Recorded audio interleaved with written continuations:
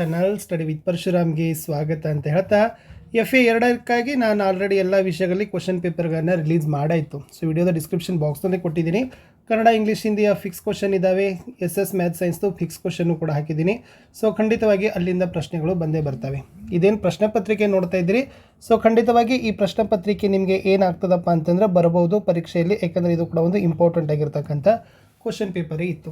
So ಇದ್ರ key ಆನ್ಸರನ್ನು ತಂದಿದ್ದೀನಿ. So ಚೆನ್ನಾಗಿ ಇದನ್ನು ನೋಡ್ಕೊಂಡೋಗಿ ಒಂದೆರಡು ಸರಿ ಪ್ರಿಪೇರ್ ಮಾಡಿದರೆ ಸಾಕು, ಖಂಡಿತವಾಗಿ ಸೊ ಇಲ್ಲಿಂದ ಅಂಕಗಳು ನಿಮಗೆ ಬರ್ಬೋದು. ಸೊ ಡೀಟೇಲಾಗಿ ನಾನು ನಿಮಗೆ ಹೇಳ್ತೀನಿ ಸೊ ಯಾವೆಲ್ಲ ಇಲ್ಲಿಂದ ಪ್ರಶ್ನೆಗಳು ನಿಮಗೆ ಬರ್ತದೆ ಅಂತ. ಎಸ್, ರೂಪನಾತ್ಮಕ ಮೌಲ್ಯಮಾಪನ 2, ವಿಷಯ ವಿಜ್ಞಾನ, ಅಂಕ 20, ಅವಧಿ 40 ನಿಮಿಷ. So first multiple choice question ಕೇಳಿದರು. ತುರಿಕೆ ಗಿಡದ ಚುಚ್ಚುವ ಕೂದಲುಗಳಲ್ಲಿ ಕಂಡುಬರುವ ಆಮ್ಲ ಕೇಳಿದರೆ ಗೊತ್ತಿರಲಿ ಮೆಥನೋಯಿಕ್ ಆಮ್ಲ ಈಸ್ ದ ರೈಟ್ ಆನ್ಸರ್. ಇನ್ನು ಮುಂದಿನ ಪ್ರಶ್ನೆ, ಸಸ್ಯಗಳಲ್ಲಿ ಕಾಂಡದ ಮೇಲ್ಮುಖ ಬೆಳವಣಿಗೆ ಹೇಗಾಗಿರ್ತದೆ ಅಂತ ಕೇಳ್ತಾರೆ. ಅದು ಆಪ್ಷನ್ ಡಿ ಋಣ ಗುರುತ್ವಾನುವರ್ತನೆ ಮತ್ತು ಧನ ದ್ಯುತಿ ಅನುವರ್ತನೆ ಅಂತಕ್ಕಂಥ ಪಾಯಿಂಟ್ಸ್ ಏನಾಗಬೇಕು ಬರಬೇಕು, ಅದು ಕರೆಕ್ಟಾಗಿರ್ತಕ್ಕಂಥ ಉತ್ತರ. ಇನ್ನು 1 ಮಾರ್ಕಲ್ಲಿ ಕೇಳಿದರೆ ತಟಸ್ಥೀಕರಣ ಕ್ರಿಯೆ ಅಂದರೆ ಏನು? ಆಮ್ಲ ಮತ್ತು ಪ್ರತ್ಯಾಮ್ಲಗಳ ನಡುವಿನ ಕ್ರಿಯೆಯಿಂದ ಲವಣ ಮತ್ತು ನೀರು ಬಿಡುಗಡೆಯಾಗುವುದನ್ನು ಏನಂತ ಕರಿತೀವಿ? ತಟಸ್ಥೀಕರಣ ಕ್ರಿಯೆ ಅನ್ನೋದು ಕರೆದು. ಇನ್ನು ಮುಂದಿನ ಪ್ರಶ್ನೆ, ನರಕೋಶ ಅಂದರೆ ಏನು? ನರವ್ಯೂಹದ ರಚನಾತ್ಮಕ ಮತ್ತು ಕಾರ್ಯಾತ್ಮಕ ಘಟಕವನ್ನು ನಾವೇನಂತೀವಪ್ಪ ಅಂದ್ರೆ ನರಕೋಶ ಅಂತ ಕರಿತೀವಿ ಅನ್ನೋದು ಗೊತ್ತಿರಲಿ. ಇನ್ನು ಕಾರಣ ಕೊಡಿ ಕೇಳಿದರೆ ಇದು ಭಾಳ ಇಂಪಾರ್ಟೆಂಟ್ ಅದ. ಸೊ ಏನು ಪ್ರಶ್ನೆ ಇತ್ತಂದ್ರೆ, ಆಮ್ಲವನ್ನು ಸಾರರಿಕ್ತಗೊಳಿಸುವಾಗ ಆಮ್ಲವನ್ನು ನೀರಿಗೆ ಸೇರಿಸಬೇಕು ಏಕೆ ಅಂತ ಕೇಳ್ತಾರೆ. ಇಲ್ಲಿ ನೀರನ್ನು ಸಾರೀಕೃತ ಆಮ್ಲಕ್ಕೆ ಸೇರಿಸಿದರೆ ಉತ್ಪತ್ತಿಯಾಗುವ ಉಷ್ಣ ಮಿಶ್ರಣ ಹೊರಸಿಡಿಯುವಂತೆ ಮಾಡಬಹುದು ಮತ್ತು ಸುಟ್ಟ ಗಾಯಗಳು ಉಂಟಾಗಲೂಬಹುದು. ಅತಿಯಾದ ಬಿಸಿಯಾಗುವಿಕೆಯಿಂದ ಗಾಜಿನ ಸಂಗ್ರಹಕ್ಕೆ ಸಹಿತ ಹೊಡಿತದೆ. ಸೊ ಅದಕ್ಕಾಗಿ ಏನು ಮಾಡಬೇಕು, ಆಮ್ಲವನ್ನು ಸಾರರಿಕ್ತಗೊಳಿಸುವಾಗ ಆಮ್ಲವನ್ನು ನೀರಿಗೆ ಸೇರಿಸಬೇಕು ಅನ್ನೋದನ್ನು ಕಾರಣವನ್ನು ಕೊಡಬೇಕು. ಇನ್ನೊಂದು ಪ್ರಶ್ನೆ ಬರ್ತದೆ, ಪ್ಲಾಸ್ಟರ್ ಆಫ್ ಪ್ಯಾರಿಸನ್ನು ತೇವಾಂಶ ನಿರೋಧಕ ಸಂಗ್ರಾಹಕದಲ್ಲಿ ಸಂಗ್ರಹಿಸಿ ಇಡಬೇಕು ಏಕೆ ಅಂತ ಕೇಳಿದರು. ಸೊ ಉತ್ತರ ಏನಪ್ಪ ಅಂದ್ರೆ, ಇಲ್ಲಾಂದರೆ ಅದು ತೇವಾಂಶದೊಂದಿಗೆ ವರ್ತಿಸ್ತದ, ಗಟ್ಟಿಯಾದ ಘನರೂಪದ ಜಿಪ್ಸಮ್ ಆಗಿ ಬದಲಾವಣೆ ಆಗ್ತದೆ ಅನ್ನೋದು ಕಾರಣವನ್ನು ನೀವು ಕೊಡಬೇಕು. ಇನ್ನು ಇದು ಮೋಸ್ಟ್ ಇಂಪಾರ್ಟೆಂಟ್ ಆಗಿರ್ತಕ್ಕಂಥ ಡಯಾಗ್ರಾಮ್. ಸೊ ಇದು ನಿಮಗೆ ಬಂದರೆ ಬರ್ಬೋದು. ಸಾರರಿಕ್ತ ಸಲ್ಫ್ಯೂರಿಕ್ ಆಮ್ಲದೊಂದಿಗೆ ಸತುವಿನ ಚೂರುಗಳ ವರ್ತನೆಯನ್ನು ತೋರಿಸುವ ಮತ್ತು ಉರಿಸುವಿಕೆಯ ಮೂಲಕ ಹೈಡ್ರೋಜನ್ ಅನಿಲ ಪರೀಕ್ಷೆಯನ್ನು ತೋರಿಸಲು ಉಪಯೋಗಿಸುವ ಉಪಕರಣಗಳ ಜೋಡಣೆ ಚಿತ್ರವನ್ನು ಬರೀರಿ ಅಂತ ಕೇಳ್ತಾರೆ. ಸೊ ನೀಟಾಗಿರ್ತಕ್ಕಂಥದ್ದನ್ನು ಪ್ರಾಕ್ಟೀಸ್ ಮಾಡ್ಕೊಂಡು ಹೋಗಿ, ಓಕೆನಾ? ಸೊ ಯಾಕಂದರೆ ಕೆಮಿಸ್ಟ್ರಿಯಲ್ಲಿರ್ತಕ್ಕಂಥ ಇದು ಡಯಾಗ್ರಾಮ್ ಇದು ಒಂದೇ ಇದೆ. ಆಮೇಲೆ ಬಯೋದಲ್ಲಿ 2 ಇದ್ದಾವೆ, ಮೆದುಳು ಮತ್ತು ನರಕೋಶ. ಓಕೆ, ಸೊ ಅದಕ್ಕಾಗಿ ಇಲ್ಲಿ ಈ ಚಿತ್ರವನ್ನು ಕೂಡ ನೀವೇನು ಮಾಡ್ಬೋದು, ಪರೀಕ್ಷೆಯಲ್ಲಿ ಬರ್ತದೆ ಅನ್ನೋದನ್ನು ಎಕ್ಸ್ಪೆಕ್ಟ್ ಮಾಡಿಕೊಂಡು ಪ್ರಿಪೇರ್ ಮಾಡ್ಕೊಂಡು ಹೋಗಿ. ಮುಂದೆ, ಸಸ್ಯಗಳಲ್ಲಿ ಉಂಟಾಗುವ ಯಾವುದಾದರೂ 2 ಅನುವರ್ತನೆಗಳನ್ನು ಹೆಸರಿಸ್ರಿ, ಪ್ರತಿಯೊಂದಕ್ಕೂ ಒಂದು ಉದಾಹರಣೆ ಕೊಡ್ರಿ ಅಂತ ಕೇಳಿದರು. ಸಸ್ಯದಲ್ಲಿ ಏನಾಗ್ತದಪ್ಪ ಅಂದ್ರೆ, ಒಂದು ಗುರುತ್ವಾನುವರ್ತನೆ ಅಂತ ಒಂದು ಬರ್ತದೆ, ಒಂದು ರಾಸಾಯನಿಕ ಅನುವರ್ತನೆ ಅಂತ ಬರ್ತದೆ. ಗುರುತ್ವಾನುವರ್ತನೆ ಅಂದ್ರೆ ಗುರುತ್ವದ ಸೆಳೆತಕ್ಕೆ ಪ್ರತಿಯಾಗಿ ಚಿಗುರುಗಳು ಮೇಲ್ಮುಖ ಬೆಳವಣಿಗೆ ಮತ್ತು ಬೇರುಗಳ ಕೆಳಮುಖ ಬೆಳವಣಿಗೆ ಅಂತ ನೀವು ಬರಿಬೇಕು.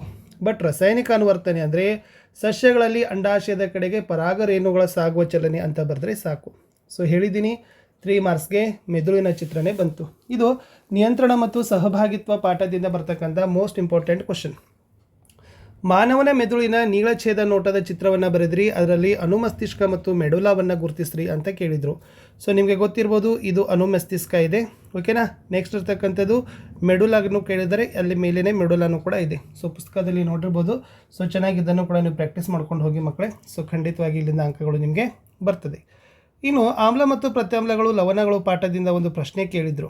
ಏನದ ಅಂದರೆ, HCl, HNO3 ಇತ್ಯಾದಿಗಳು ಜಲೀಯ ದ್ರಾವಣದಲ್ಲಿ ಆಮ್ಲೀಯ ಗುಣಗಳನ್ನು ಪ್ರದರ್ಶನ ಮಾಡ್ತಾವೆ, ಆದರೆ ಆಲ್ಕೋಹಾಲ್ ಮತ್ತು ಗ್ಲೂಕೋಸ್ನಂಥ ಸಂಯುಕ್ತಗಳ ದ್ರಾವಣಗಳು ಆಮ್ಲೀಯ ಗುಣಗಳನ್ನು ಪ್ರದರ್ಶಿಸೋದಿಲ್ಲ ಏಕೆ ಅನ್ನೋದನ್ನು ಏನು ಮಾಡಿದ್ರಪ್ಪ ಅಂದರೆ ಕೇಳಿದರು.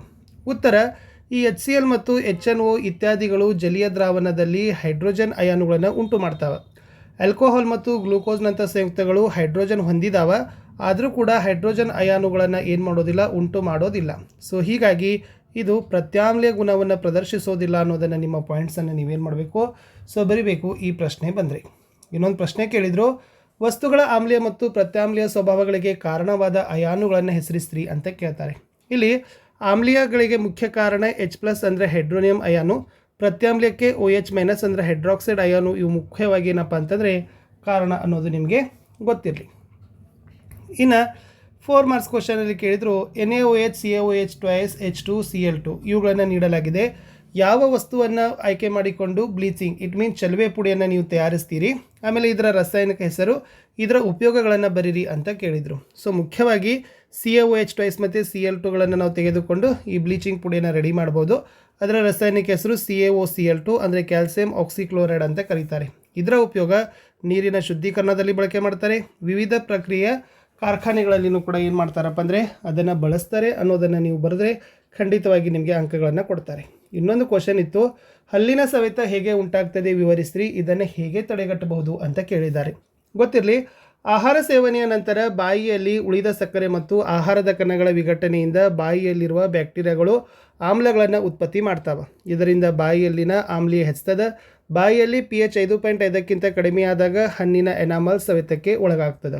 ಇದನ್ನು ತಡೆಗಟ್ಟಲಿಕ್ಕೆ ಆಹಾರ ಸೇವನೆಯ ನಂತರ ನಾವು ಪ್ರತ್ಯಾಮ್ಲೀಯವಾಗಿರುವ ಟೂತ್ಪೇಸ್ಟನ್ನು ಬಳಸಬೇಕು, ಹಲ್ಲುಗಳನ್ನು ಸ್ವಚ್ಛಗೊಳಿಸಬೇಕು ಅನ್ನೋದನ್ನು ಉತ್ತರವನ್ನು ಬರೆದ್ರೆ ಸಾಕು. ಇಷ್ಟು ಸೈನ್ಸಲ್ಲಿ ಇರ್ತಕ್ಕಂಥ ಒಂದು ಮಾಡೆಲ್ ಕ್ವಶನ್ ಪೇಪರ್ನೇ ನಾನು ನಿಮಗೆ ಕೊಟ್ಟಿದ್ದೀನಿ. ಸೊ ಭಾಳ ಇಂಪಾರ್ಟೆಂಟ್ ಇತ್ತು. ಸೊ ಮತ್ತೆ ನಾನು ಬೇರೆ ವಿಡಿಯೋಗಳಲ್ಲಿ ಸಿಗ್ತೀನಿ. ಲೈಕ್, ಶೇರ್ ಮತ್ತು ಸಬ್ಸ್ಕ್ರೈಬ್ ಮಾಡೋದನ್ನು ಮಾತ್ರ ಮರೆಯದಿರಿ. ಸಿಗುವ ಹೊಸ ವಿಡಿಯೋದಲ್ಲಿ. ಅಂಟಿಲ್ ಟೇಕ್ ಕೇರ್, ಬಾಯ್.